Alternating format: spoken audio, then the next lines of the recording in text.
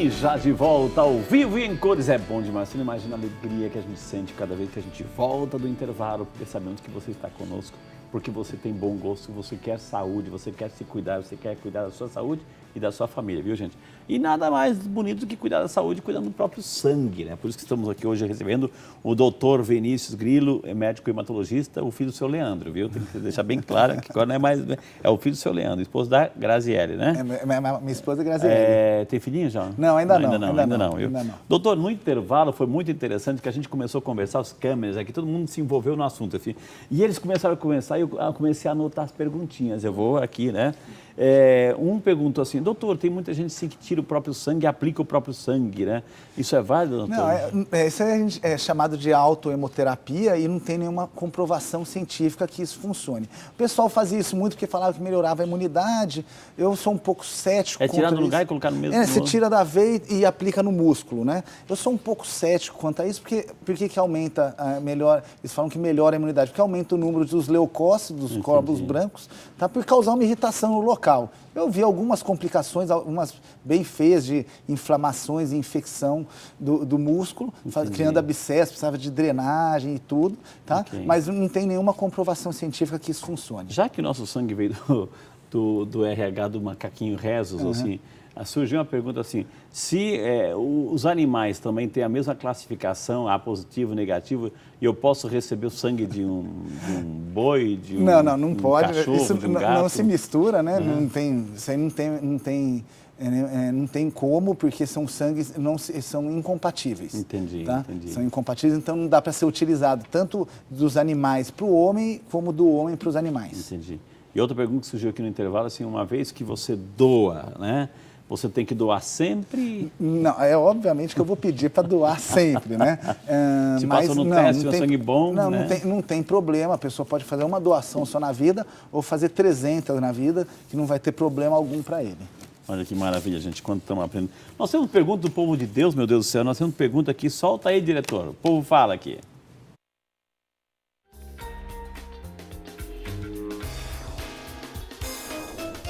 Oi, eu sou a Karina. De quanto em quanto tempo eu posso doar sangue? E aí, doutor, de quanto em quanto tempo eu posso doar? Excelente pergunta, tá?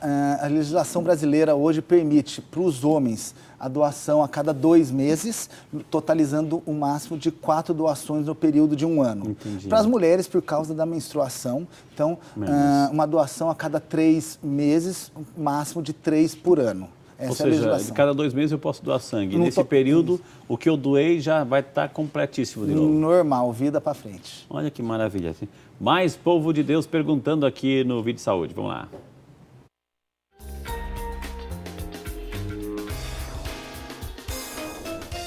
Oi, meu nome é João. Me diz uma coisa, quando uma pessoa doa muito sangue, o sangue pode engrossar ou afinar? E aí, doutor Alco? Seu João, boa pergunta, boa pergunta. Não tem nada disso, a gente já conversou lá no começo do programa hoje, tá? Não tem nada, ele não engrossa, ele não afina, não tem nada a ver. Isso tem que desmistificar, isso é lenda, tá? O sangue continua normal como sempre foi e sempre será. Mais uma pergunta aqui, o povo tem voz, o povo tem vez aqui no Vídeo Saúde.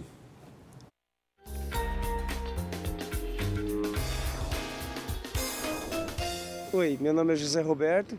Eu gostaria de saber se o uso de medicamento pode impedir alguém de doar sangue. Medicamento, doutor. A gente já conversou um pouquinho disso, né, José Roberto? Alguns medicamentos podem impedir temporariamente uma doação de sangue. Está lá no site, tá lá no site centrodehematurgia.med.br. Exatamente, entra lá para ver, porque depende de cada medicamento e a lista é bem vasta, então a gente pede para entrar lá e olhar caso a caso. Qualquer coisa, pode ligar lá também que a gente tira a dúvida pelo telefone. Muito bom. Mas eu gostei das perguntas. Estou gostando da pergunta aqui, pergunta de alto nível aqui. Mais uma pergunta do povo fala.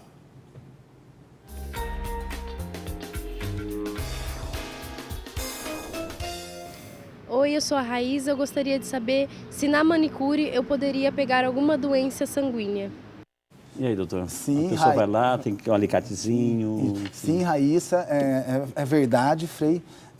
A pessoa pode pegar uma infecção na corrente sanguínea se o material, o alicate, né, aquela tesoura, alicate, não forem esterilizados. Por isso que a gente pede para a pessoa levar o seu, né? Normalmente as mulheres levam... Corta a unha, cada um tem o seu, tem né? o Nada seu, de ficar emprestando. Emprestando uma da outra, não. Porque pode pegar sim, inclusive, é raro, mas você tem casos de transmissão de doenças graves, como HIV e hepatite C. Entendi. Mais perguntas aqui no Vídeo Saúde. O povo pergunta, o povo tem voz, aqui é bom demais. Isso, gente.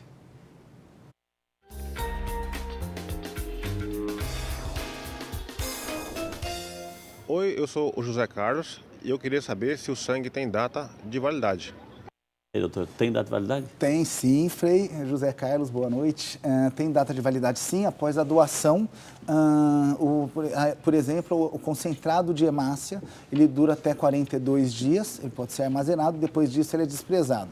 Eu vou falar para o senhor que faz tempo que eu não vejo desprezar uma bolsa de sangue, Entendi. Tamanha a falta que a gente tem desse hemocomponente. O plasma, como eu disse, até 2 anos, tá? E as plaquetas, muito importante, que são 5 dias. Entendi. Tá? Agora, doutor Vinícius, por exemplo, tem aqui em Campinas tem o Hemocentro, né, de Campinas, uma excelência fantástica, enfim. Por exemplo, está sobrando, é raro, mas digamos, está sobrando.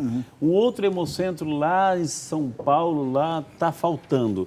Eu posso ligar, olha, vocês estão precisando de sangue aqui, eu tenho de sobra, etc. Sim, existe, nós somos essa troca aí. Coligados com alguns bancos de sangue, não só na região, mas de âmbito nacional. Entendi. Porque a gente teve uma lição muito grande com aquela crise, com aquele da dengue que a gente teve alguns anos atrás. Aqui na região. Na região, que impediu muitos doadores de realizarem a doação. Foi uma epidemia grande. Ou seja, logo dengue não doa. Dengue não pode doar e tem um período que fica afastado. Entendi. Tá? E a gente aprendeu que a gente precisava de âmbito nacional, porque foi uma coisa regional que a gente teve, por exemplo, buscar recursos de sangue em Curitiba, por exemplo, trouxemos de Vitória, né, porque a gente não poderia deixar faltar o sangue nos nossos hospitais, porque os pacientes precisam fazer cirurgia, isso não para, os pacientes precisam tratar os seus cânceres, seus tumores, Okay. né, e o tratamento com o sangue, né, o suporte hemoterápico, ele não para. Né? Os pacientes não vão deixar de estar doentes aqui porque não tem sangue. Olha a pergunta que eu vou fazer. É uma dívida moral que um hemocentro tem com o outro, no sentido assim, por exemplo, faltou aqui, eu vou recorrer a Curitiba. Sim. O hemocentro daqui, como a gente doa gratuitamente, né, doutor? Assim, lá vocês vão ter que comprar de Curitiba. A gente faz uma troca. Isso, sempre uma troca. Quando precisa, agora é nossa porque vez. uma hora a dengue chega lá também, exato, eles vão precisar, então existe essa troca entre os bancos de sangue de âmbito nacional, tá, para suprir, porque a gente não pode deixar. E não tem esse lance assim, eu vou doar, mas tem que cobrar. Eu vou cobrar para doar. Não, isso não existe. Isso aí é um no ato passado, humano. no passado, você tinha a doação remunerada. Isso foi extinguido no Brasil lá em 1980 ou 78, alguma coisa assim. Salvar a vida pelo amor, não pelo interesse. É um ato altruísta, Exato, né? Um ato de ajuda ao próximo. Mas temos mais uma pergunta aqui. Eu faço questão de fazer essa pergunta aqui para o doutor Vitor. Vamos lá.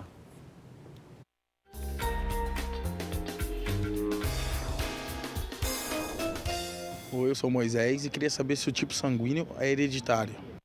Daí, doutor, é hereditário? É sim. Tá, mas hereditário de quem? Hereditário. A mãe tem um tipo, o pai tem um tipo e é uma mescla do pai e da mãe. Na verdade, como todas as nossas características, metade delas vem do pai e metade vem da mãe. Entendi. Né? Então, o sangue também é formado desse jeito. Então, por exemplo, se a gente tem o pai é A e a mãe é B, a criança pode ser A, pode ser B, pode ser AB.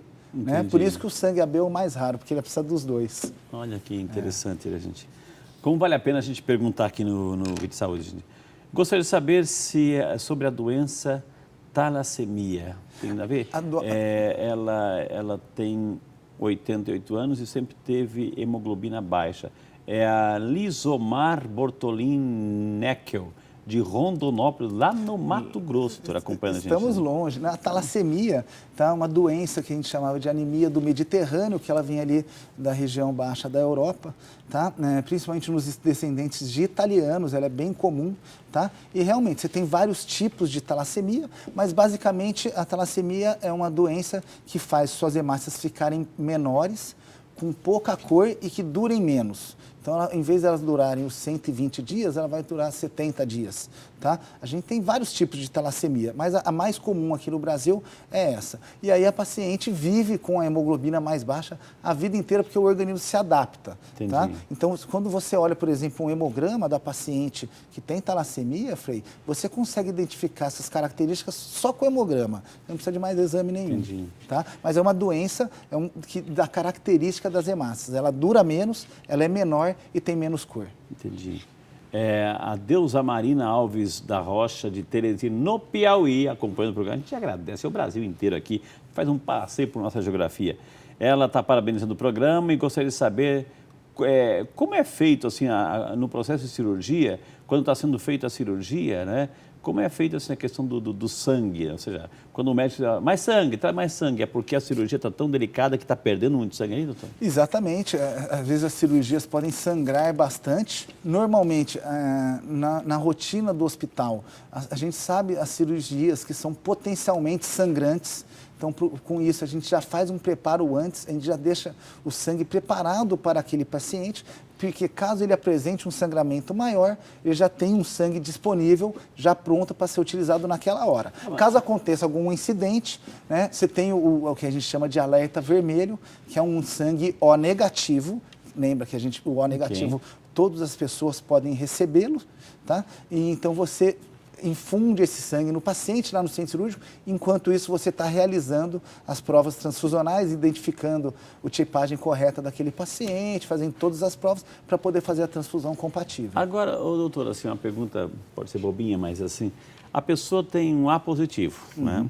Ela está lá fazendo um processo cirúrgico, etc, perdendo sangue, precisa, e vão colocar um O negativo, né? Um O negativo, etc, lá, recebeu. Não vai misturar as características do A positivo depois com o O negativo, aí quando cicatriza tudo, está lá circulando no sangue. Não, isso não vai causar nenhum... Porque daí a fábrica volta a produzir... Você vê o sangue A genético dele, porque é definido por genética, né? Pelo DNA do paciente, não vai causar problema nenhum. Aquele sangue O que foi infundido depois de 120 dias, mais ou menos, ele vai ser, a célula vai ser consumida, né? Então, já está velhinha, vamos dizer assim. Então, a célula já é destruída pelo nosso organismo e sua medula já está fabricando o sangue A. Isso não vai ter problema nenhum. O fato de uma cirurgia delicada, onde tem muito sangue saindo, como é que é o nome? Hemorragia. Hemorragia, enfim. O fato de estar ali precisando de colocar mais sangue também não está desperdiçando aquele sangue novo que está entrando? Então? Isso pode acontecer, você pode ter a perda sim durante aquela, mas você tem que manter um nível de hemoglobina adequado para continuar oxigenando aquele tecido. Você tem razão, pode se perder o sangue que está sendo transfundido. O sangue da pessoa que está indo embora. E o outro que estou colocando também está indo embora. Pode sair por ali, mas você tem que manter um nível de hemoglobina adequado para oxigenar seu tecido, senão o paciente... Perdendo ou não perdendo, precisa passar naquelas artérias exatamente. E sangue, e lembra, porque às vezes não é o sangramento pelo corpo todo, é por normalmente é um local específico, né? Então você não vai ter esse comprometimento geral. A Estela Freire, né, de Campinas, aqui acompanhando o programa. Obrigado, Estela, Deus te abençoe. Em quanto tempo a medula se regenera? Em quanto tempo a pessoa pode doar novamente? Ou seja, recapitulando aqui, doutor. A medula e doação, são dois temas aqui. Olha, a medula ela se regenera também bem rápido, em torno de uma semana já está tudo funcionando normalmente, tá? A pessoa pode fazer múltiplas doações de medula, isso não tem problema, tá? Mas normalmente, principalmente para aqueles os doentes que não são parentes, né? Normalmente é só uma doação que é feita. Mas a doação de medula pode ser feita várias vezes durante a vida. Ok. E lembrando também que no Brasil a gente tem pelo menos duas datas importantíssimas que se bate muito. Doação de sangue não é só nessas datas, essa data se bate muito quando tem aquelas datas específicas, enfim.